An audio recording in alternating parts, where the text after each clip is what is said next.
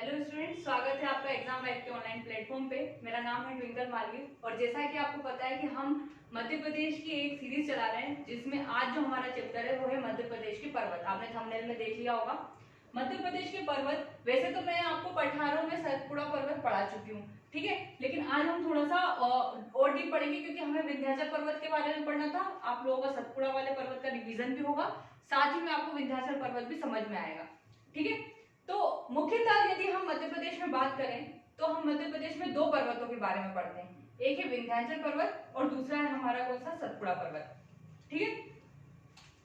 अब पर्वत बोले इनको कि पर्वत श्रृंखला, मेरे हिसाब से आपको समझ में आ गया कि हमें पर्वत नहीं पर्वत श्रृंखला बोलनी चाहिए क्योंकि एक श्रृंखला में है।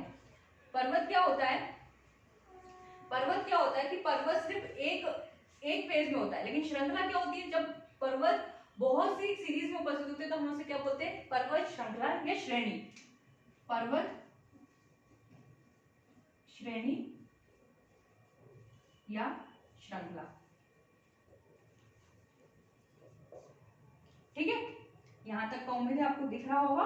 अब पर्वत श्रेणी या श्रृंखला में हमें कौन कौन से दो श्रेणियों के बारे में पढ़ना है, एक पढ़ना है हमें विंध्याचल रेंज के बारे में यानी विंध्याचल के बारे में, और दूसरा हमें पढ़ना है किसके बारे में, सतपुड़ा के बारे में, ठीक है। अब यदि हम विंध्याचल पर्वत श्रेणी की बात करें तो हमें ये मध्य प्रदेश में तीन श्रेणियों के रूप में दिखती है। विंध्याचल जो पर्वत श्रृंखला है,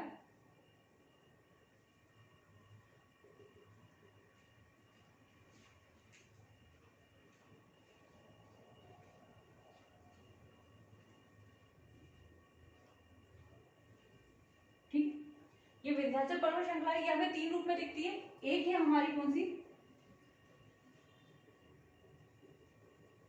विंध्याचल श्रेणी,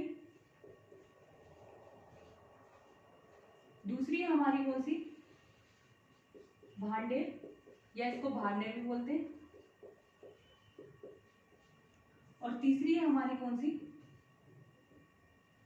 कैमूर श्रेणी। ये तीन श्रेणियों के रूप में हमें इसकी उपश्रेणियां दिखती हैं, ठीक है। अब इनकी भी ऊंची चोटियां हैं, इनमें भी पठार पर्वत मौजूद है, ठीक। और यही बात अगर आपसे इनकी पूछा जाए, कुछ चीजें स्टूडेंट्स मैं आपको फैक्चुअल बता सकती हूँ लेकिन कुछ एनालाइज आपको करना पड़ेगा। जैसे कि अगर विंध्याचल रेंज की बात करी जाए तो आपको ये दिख रहा है ना कि ये कहाँ विस्तृत हो रहा है, ये आपके मालवा के पठार में है, मालवा के पठार में है, यानी कि जो मालवा वाला हमारा क्षेत्र है वह किस पर्वत श्रृंखला में मौजूद है, विंध्याचल रेंज में है, ठीक है। तो ये आपके समझने की दृष्टि से होना चाहिए कि हम कैसे समझ रहे हैं चीजों को, ठीक। अब ऐसे हम यदि बात करें ये हमारे विंध्याचल रेंज के बाद हम सतपुड़ा की बात करें तो सतपुड़ा की स्थिति हम देख लेंगे।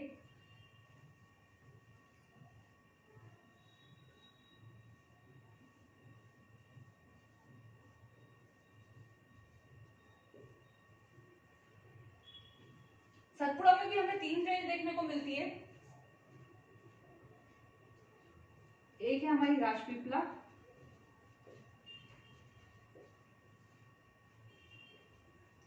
दूसरा महादेव और तीसरा क्या है, मेकर,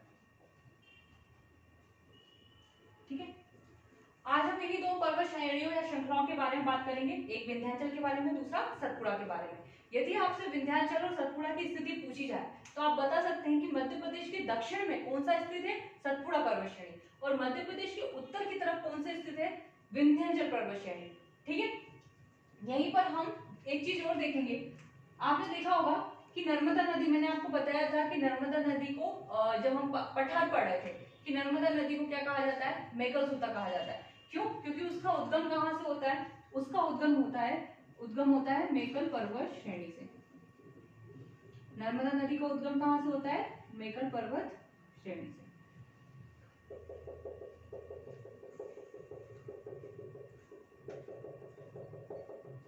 ठीक है। ये आपकी नर्मदा नदी, ठीक। आप देख रहे होंगे कि ये नदी दोनों श्रृंखलाओं के किस में बह रही है, मध्य में बह रही है। नर्मदा नदी विंध्याचल और सतपुड़ा की क्या होती है, मध्य में बहती है, ठीक है।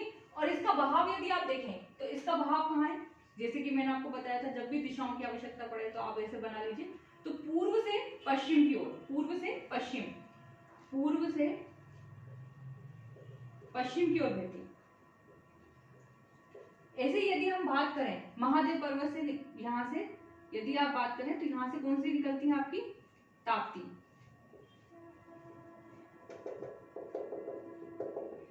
ठीक है, मैं आपके समझने के लिए बता रही हूँ। मैम में एग्जैक्ट वो जगह नहीं बताई जा सकती, आपको पता है ये बोर्ड है, ठीक है, हम एग्जैक्ट आपको हर जगह नहीं बता सकते हैं, लेकिन आप समझिए इसको, ये क्या है, ताप्ती नदी। ठीक, ये भी कहाँ बह रही है, पश्चिम, पूर्व से पश्चिम की ओर, पूर्व से पश्चिम की ओर। यदि आप देखें तो मध्य प्रदेश का ढाल उत्तर उत्तर पूर्व की ओर मिलता है हमें। ठीक है, यानी कि जैसे आप मान लीजिए कोई समतल है, प्लेन है, ठीक है, मैं बोल रही हूँ इसका ढाल इस तरफ है, तो आप यदि इसमें पानी रखेंगे तो वो इसी तरफ जाएगा ना जिस तरफ ढाल है। लेकिन आखिर ऐसा क्या कारण है कि मध्य प्रदेश का जब ढाल हम देख रहे हैं इस तरफ है, आपने देखा होगा सारी नदियां कहाँ जाती हैं, यहाँ जाके यमुना में मिल जाती हैं और फिर आगे सागर में मिलती हैं। ठीक है, लेकिन ये दो नदियां क्या होती हैं, ये दो नदियां विपरीत जा रही हैं, कहाँ से जा रही हैं, पूर्व से पश्चिम की ओर जा रही हैं, पश्चिम की ओर जाती हैं। क्यों, क्योंकि ये दोनों किसमें बह रही है स्टूडेंट्स, ये दोनों नदियां जो है वो ब्रंश घाटियों में, रिफ्ट वैली में होकर बहती है। ठीक है, नर्मदा नदी भी रिफ्ट वैली में होकर बहती है और ताप्ती नदी भी। देखिए स्टूडेंट्स, जब हमने आपको ब्लॉक पर्वत के बारे में बताया था तो मैंने आपको बताया था कि दो पर्वत श्रेणियों के बीच एक सक्रिय घाटी जब बन जाए तो वो क्या हो जाती है, रिफ्ट वैली बन जाती है। हम देखते हैं यहाँ पर, यहीं पर बना भी देते हैं आपको, ये विंध्याचल रेंज है और ये सतपुड़ा रेंज है और यहाँ पर ये प्रायद्वीप पठार है। ये क्या है, विंध्याचल, ये क्या है, सतपुड़ा, और ये क्या है, प्रायद्वीप। ठीक है, अब विंध्याचल और सतपुड़ा के बीच कौन सी नदी बह रही है, नर्मदा। ठीक है, ये जो आपको ऐसी पर्वत श्रृंखला दिख रही है हमने उसको ऐसे में बना दिया है। ठीक, और सतपुड़ा और ये प्रायद्वीप पठार जो आगे हमारा आएगा नीचे महाराष्ट्र की तरफ, इसके बीच में कौन सी बह रही है, ताप्ती। ठीक है स्टूडेंट्स, तो ये आपको समझ में आ गया।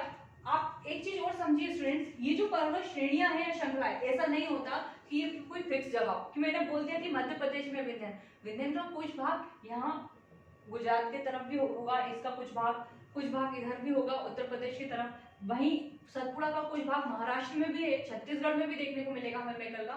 ठीक है, तो ये क्या है, ये आगे तक भी विस्तृत है। ठीक, जैसे आप कहीं कहीं पढ़ेंगे, जब आप मध्य प्रदेश के पर्वत पढ़ेंगे तो किन्हीं बुकों में अरावली के बारे में भी दिया होगा, पश्चिम की तरफ से अरावली की शहर। ठीक है, तो ये सब चीजें होती है, लेकिन हमें मुख्यतः दो पढ़ना चाहिए, इसलिए हम विंध्याचल और सतपुड़ा के बारे में पढ़ रहे हैं।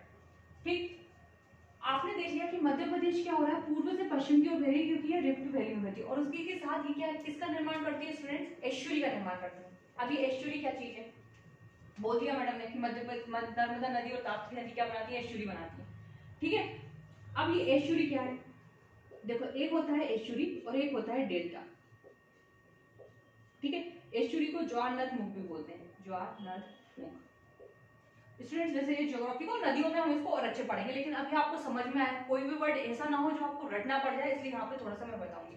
जब नदियां क्या होती हैं, जब नदियां बहती हैं और समुद्र में जाके मिलती हैं, सागर में जाके मिलती हैं, तब वो क्या होती है, अपने साथ बहा के लाए गए कंकड़ पत्थर को भी साथ में लेके आती है, और जैसे वो लाती है और जब वो बहाने पे मिलने वाली होती है तो क्या होती है, उनकी गति धीरे धीरे क्या हो जाती है, धीमी हो जाती है, और वो बहुत सी छोटी छोटी संख्या में बढ़ जाती है, और इसी को हम क्या बोलते हैं, डेल्टा। ऐसी नदी क्या करती है, डेल्टा का निर्माण करती है। लेकिन आपने देखा है कि जैसे नर्मदा जो है वो किस में बह रही है, घाटी में बह रही है, रिफ्ट वैली में बहती है। अब मान लीजिए कि मान लीजिए जैसे कि ये मेरे पास एक कागज है, ठीक है, ये बुक है। अब मैं ऐसे यदि ऐसे करके यहाँ से कोई पानी बहाऊं तो उसकी स्पीड कितनी तेज होगी, बहुत तेज होगी ना, क्योंकि ये क्या बह रही है, घाटी में बह रही है। ठीक है, तो इनकी स्पीड क्या हो जाती है, तेज होती है, और ये सीधे जाके सागर में मिलती है, तो ये क्या बनाती है, एस्चुरी बनाती है। एस्चुरी और डेल्टा के बारे में हम और इसको डिटेलिंग में करेंगे, कहाँ, अपवाद तंत्र में।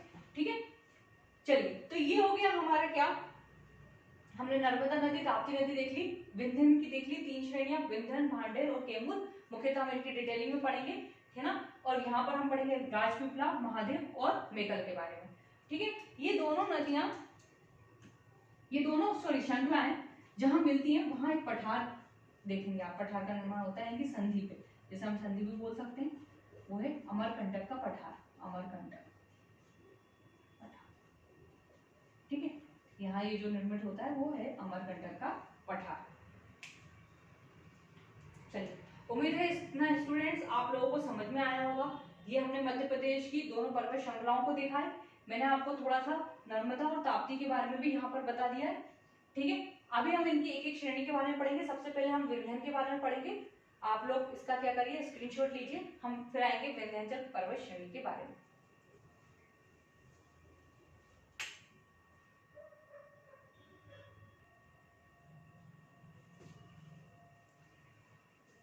ठीक है स्टूडेंट्स, अब हम देखेंगे विंध्याचल पर्वत के बारे में, कुछ डिटेलिंग करेंगे उसकी कि क्या क्या है। सबसे पहले हमने देखा था इसकी 3 उपश्रेणियों को। विंध्याचल जो रेंज थी उसकी 3 उपश्रेणियां देख ली थी हमने, विंध्याचल, भांडेर और कैमूर। ठीक है, आप इनको पर्वत भी बोल सकते हैं, उपश्रेणी भी बोल सकते हैं। ठीक है, अब ये जो विंध्याचल पर्वत है, अब आपको यहाँ पर ऐसा दिख रहा होगा, ये आप अगर क्लियरली बनाए, इस पेन से बनाया था मैंने। ठीक है, यदि आप क्लियर बनाए तो ये थोड़ा सा ऐसे आगे की तरफ होता है भांडेर यहाँ पर, और ये थोड़ा सा ऊपर दीवा पन्ना के पठार की तरफ जाता है, और ये हमारा मालवा में इधर विस्तृत है। ठीक है, यदि आप विंध्याचल पर्वत देखें तो इसकी बहुत सारी चोटियां हैं, जो मैंने आपके कुछ पठारों में भी बताई हुई है आपको, जैसे वांचू पॉइंट, मांडू की पहाड़ी, जानापाव पहाड़ी, काकड़ी वर्डी पहाड़ी और सिगार पहाड़ी। आपने देखा होगा कि मध्य प्रदेश की बहुत सी नदियों का उद्गम यहाँ से होता है। ठीक है, विंध्याचल रेंज से। और यदि आप देखेंगे विंध्याचल पूरी पर्वत श्रृंखला है, उनसे आप देखेंगे शिप्रा हो गई और बहुत सी नदियां हो गई आपकी। ठीक है, जो सब उत्तर की तरफ जाने वाली हैं। आपने देखा होगा पार्वती, बेतवा, बहुत सारी नदियां, उन सब का उद्गम स्थल कहाँ से है, इन विंध्याचल पर्वत श्रृंखला से है। ठीक है, अब ये जैसे आपने ये जानापावा पहाड़ी देखी होगी, मऊ के निकट, यदि हम अपवाद अंत पढ़ेंगे तो आप देखेंगे कि जानापावा पहाड़ी, काकड़ी बर्डी पहाड़ी, जो इंदौर का क्षेत्र है, मऊ उसके पास में पड़ता है, मऊ, वहां पर है ये पहाड़ियां। ठीक है, विंध्याचल पर्वत में आप यहाँ पे एक चीज और देखेंगे, कुछ ऐसा फैक्ट मैं आपको बता दूं, जैसे भोपाल है, भोपाल भी विंध्याचल की 5 पहाड़ियों पर उपस्थित माना जाता है, भोपाल। ठीक है, आप चाहें तो लिख सकते हैं श्यामला हिल्स, अरेरा हिल्स। शायद आज ही कुछ लोगों को पता चल रहा होगा कि भोपाल क्या है, विंध्याचल रेंज की 5 पहाड़ियों पे स्थित माना जाता है। ठीक है, श्यामला हिल्स, अरेरा हिल्स,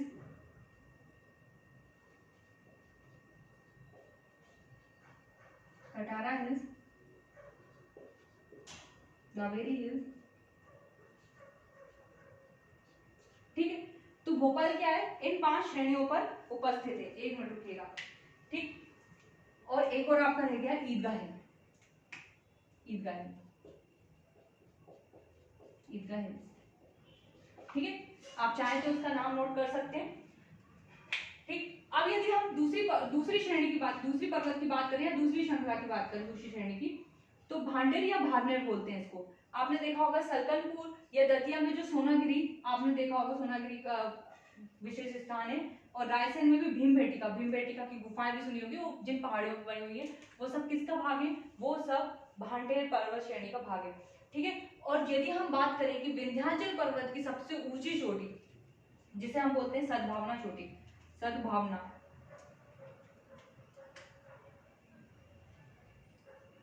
सद्भावना चोटी, वो भी इसी जगह स्थित है। इसकी ऊंचाई 752 मीटर है।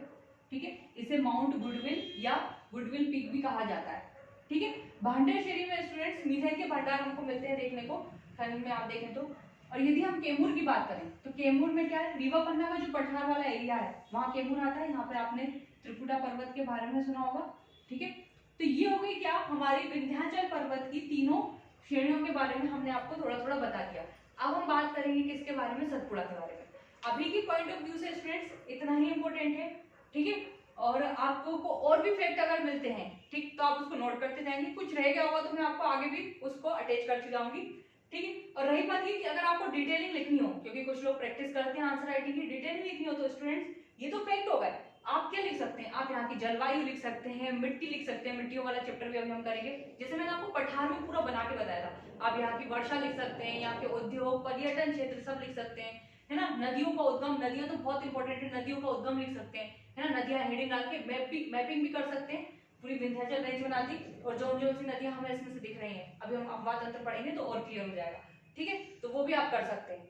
आप चाहें तो उसको ऐसा भी नोट्स बना सकते हैं और ऐसे भी बना सकते हैं, सिंपल।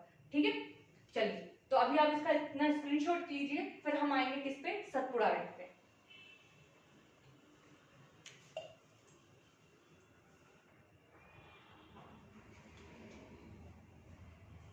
ठीक है स्टूडेंट्स, अब हम पढ़ेंगे किसके बारे में, सतपुड़ा पर्वत श्रेणी के बारे में। ठीक है, चलिए तो हम सतपुड़ा पर्वत श्रेणी में भी मुख्यतः 3 श्रेणियों को देखना है, एक है राजपीपला, दूसरी है महादेव और तीसरी है मेकल पर्वत। ठीक है, तीनों के बारे में हम थोड़ी सी चीजें देखेंगे स्टूडेंट्स। सबसे पहले हम देखेंगे राजपीपला के बारे में। राजपीपला में आपको बहुत सी चोटियां दिखती हैं। देखिए, एक जो मैंने आपको बताया पर्वत होती है, उसकी बहुत सी चोटियां होती है, ऊंची नीची, मतलब ये एक श्रेणी क्रम में होते हैं। ठीक है, तो जैसे आप देखेंगे यहाँ पर हमें बहुत सी चोटियां मिलती हैं, असीरगढ़, बीजागढ़, अकरानी, बड़वानी। ठीक है, ऐसे आपको और भी बहुत से नाम अलग अलग किताबों में अलग अलग देखने को मिलेंगे। ठीक, बड़वानी में चूरगिरी है जिसकी हाइट है 1215 मीटर। ठीक है, बड़वानी में क्या मिलती है, चूरगिरी, जिसकी हाइट कितनी है, 1215 मीटर। और यदि आप असीरगढ़ की बात करेंगे तो यहीं आपको क्या मिलेगा, बुरहानपुर दर्रा। यहीं क्या मिलेगा आपको, बुरहानपुर दर्रा। स्टूडेंट्स,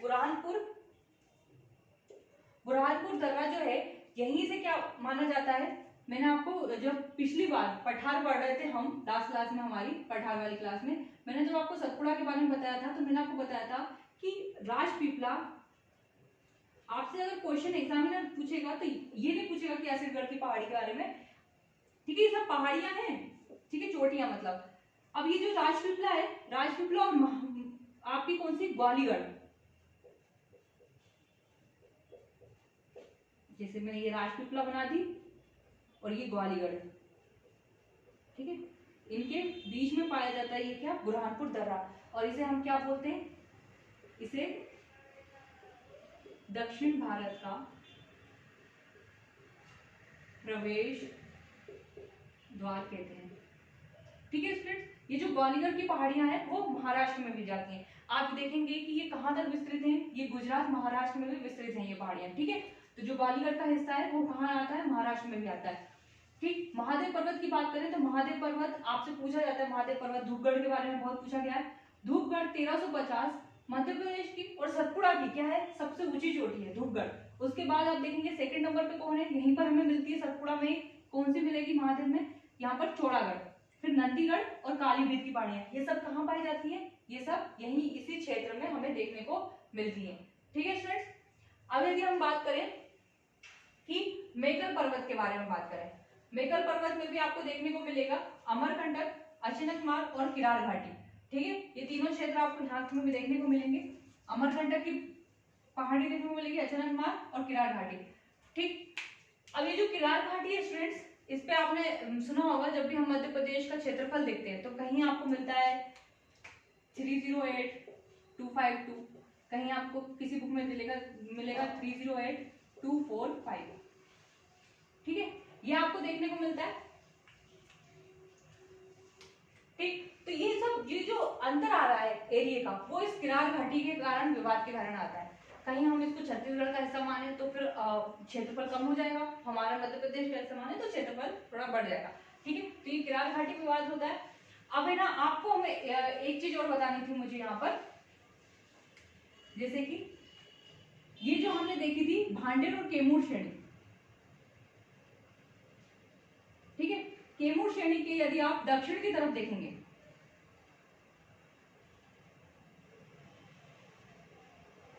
तो यहां पर आपको क्या मिलेगा, यहां पर आपको मिलेगी क्या, सोन नदी।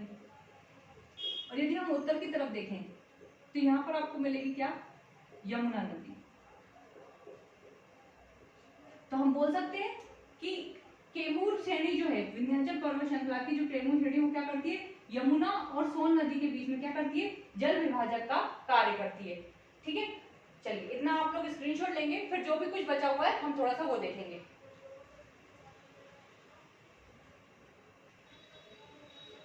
चलिए ठीक है स्टूडेंट्स, उम्मीद है कि आप लोगों ने क्या होगा, इसका स्क्रीनशॉट ले लिया होगा। मैं एक बार और रिवीजन करा देती हूँ। हमने विंध्याचल रेंज के बारे में पढ़ा, फिर हमने सतपुड़ा के बारे में पढ़ा। सबसे पहले हमने 3 श्रेणियां देखी थी, राजपीपला, महादेव और मेकल पर्वत। ठीक है। मेकल पर्वत में आप अमरकंटक, अचानकमार, केरार घाटी और भी आप बहुत सी चीजें चाहे ना तो आप इसमें लिख सकते हैं, आपको जो जो इम्पोर्टेंट लग रहा हो। मेकल पर्वत को स्टूडेंट्स पर्वतराज भी कहा जाता है, पर्वतराज। पर्वतों के बारे में अगर आपसे पूछा जाए किसे कहा जाता है तो मेकल पर्वत को कहा जाता है। वहीं महादेव पर्वत श्रेणी में हमने देखा कि इसमें ग्वालियर और महादेव दोनों शामिल है। ग्वालियर का हिस्सा कहाँ लगता है, महाराष्ट्र में लगता है। धूपगढ़, चौरागढ़, नंदीगढ़, कालीभीत की पहाड़ियां और ऊंची चोटी वाली ये वाली पहाड़ियां हैं। यहाँ पर असीरगढ़, बीजागढ़, अखरानी, बड़वानी ये सब शामिल है। ठीक है। बुरहानपुर दर्रे के बारे में हमने देख लिया कि इसको दक्षिण का प्रवेश द्वार बोलते हैं। केरार घाटी विवाद जो था वो भी मैंने आपको यहाँ पर बता दिया। ठीक, तो आज हमने विंध्याचल और सतपुड़ा को क्या करा है, कंप्लीट करा है। हम नेक्स्ट जो हमारी क्लास है वो में भी हम चट्टानों पे या फिर हम देखेंगे मध्य प्रदेश की मिट्टियों पे आएंगे। ठीक है, तो इससे रिलेटेड हम रखेंगे। हम सोच रहे पर्वत के बाद चट्टान हो जाए तो क्या हो जाएगा, आपका अच्छा सीक्वेंस बना रहेगा। ठीक, तो ये क्लास आपको कैसी लगी आपको कमेंट बॉक्स में बताना है और हमारे चैनल को लाइक करना है, शेयर करना है, सब्सक्राइब करना है। Thank you.